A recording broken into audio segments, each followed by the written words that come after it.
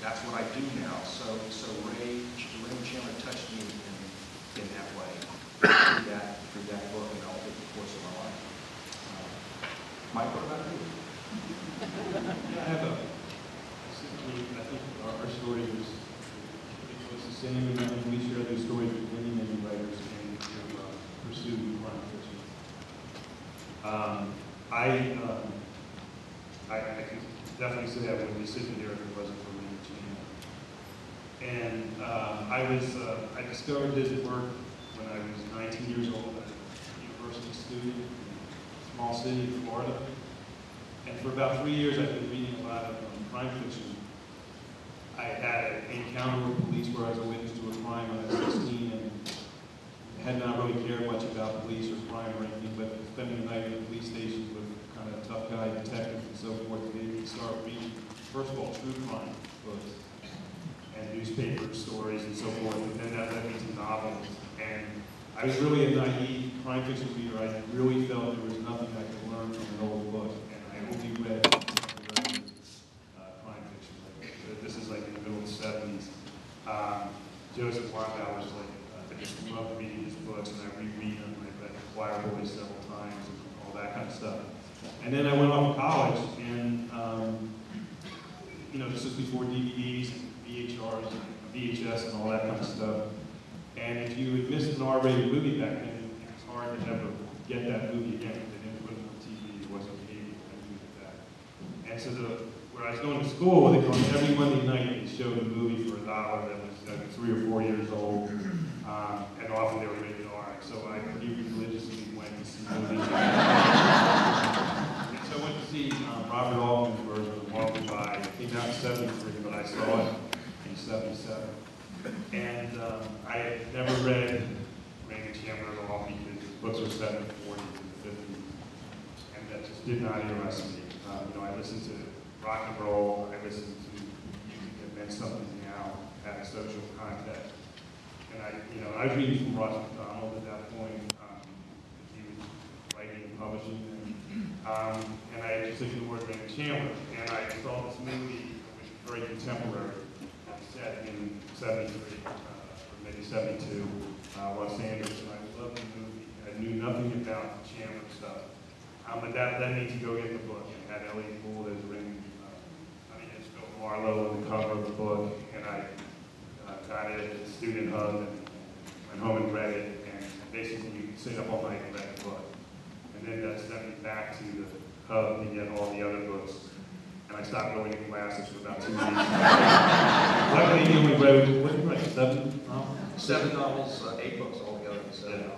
So it didn't, I didn't miss a whole lot of class, but I read a lot. But then I changed my major. I went home that weekend and told my father, who was in building construction, I was in construction engineering, that I wasn't going to follow him into the business, that I wanted to try to write and feel right. And it was all because of that quick conversion into the world of Raymond Chandler.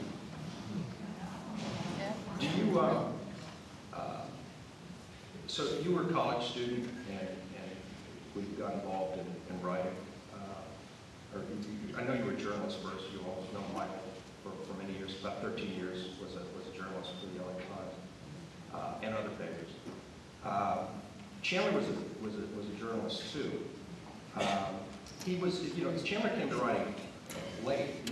Mike was in college. I've been writing and trying to sell this stuff since I was in junior high school. I don't know. I've never had an honest job.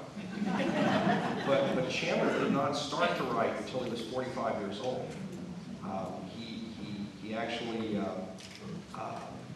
was an American and a British citizen. He was born in Chicago.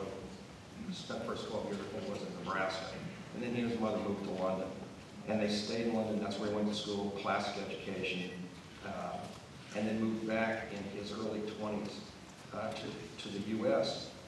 And then he had to work. And Chandler, for a time, worked as a journalist, but apparently was a poor journalist or busted out and doing that before he began the process of trying to write and sell his fiction and make money at it. When you were reading him in that 2-week frenzy Devour and Chandler. Was there any of the work in particular that struck a chord? I mean, because I personally would feel that his work is kind of uneven. But is there any particular books that struck a real chord with you and got you going? Yeah, I mean, it was different stuff. Like I said, like you said, you discovered crime fiction through him. I was already kind of pretty well versed in contemporary crime fiction, and I loved it and was entertained by it, and that was enough. Something about the craft and the art of his work, turned my head, and I saw an art form. It was the first time I really felt it. I know Ron Bauer and Doc are great craftsmen and artists, so not to take anything away from them. In fact, I consider those three writers maybe three in my life. But something about the way Chandler, and I had never even been to Los Angeles. I never stepped foot in Los Angeles. I was 30 years old. But something about the way he would evoke this area, with his prose, that it kind of rose above, what was going on, the whodunit, or the finding the Bratcher's wound, or whatever it was. And it just struck me. And the character, I'm sure this is what really kind of, connected to you as well. The character of Marlowe, this kind of sardonic, cynical, but yet hopeful guy. These contradictions in the way he could use that kind of character to say something about Los Angeles. And so when you say is there a particular book, I don't know where I read it in that 10-day or 2-week version, but The Little Sister has always struck me as my favorite book.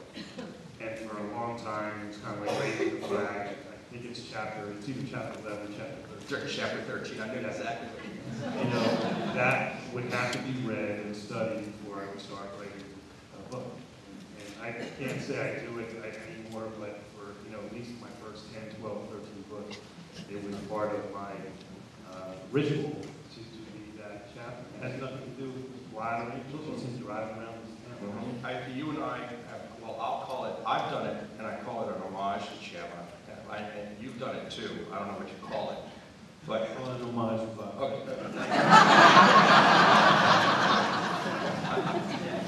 you heard it here first. Well, if you don't know what we're talking about, there's a scene, and it was too long for me to copy because I wanted to read it. But there's a scene in chapter 13 or a section where the character Marlowe has to sort out some mixed and troubling feelings. So he simply gets in the car one night and he drives around all the way out to the ocean. He drives around LA, and as he describes the city, it's the most poetic, beautiful passage one of the most poetic, beautiful passages you can imagine. It's ever been written, I think, in crime fiction. To that end, once in an interview, Chandler had a problem with plots. But see, he actually believed, and he started Black Mass magazine, and he felt that the Black Mass school of writing was that scenes trump plot, meaning when a reader is reading a scene, the purity of that scene, the emotion of it, the truth of it, the entertainment value of that single scene that you were in that moment immersed in, overshadows the plot.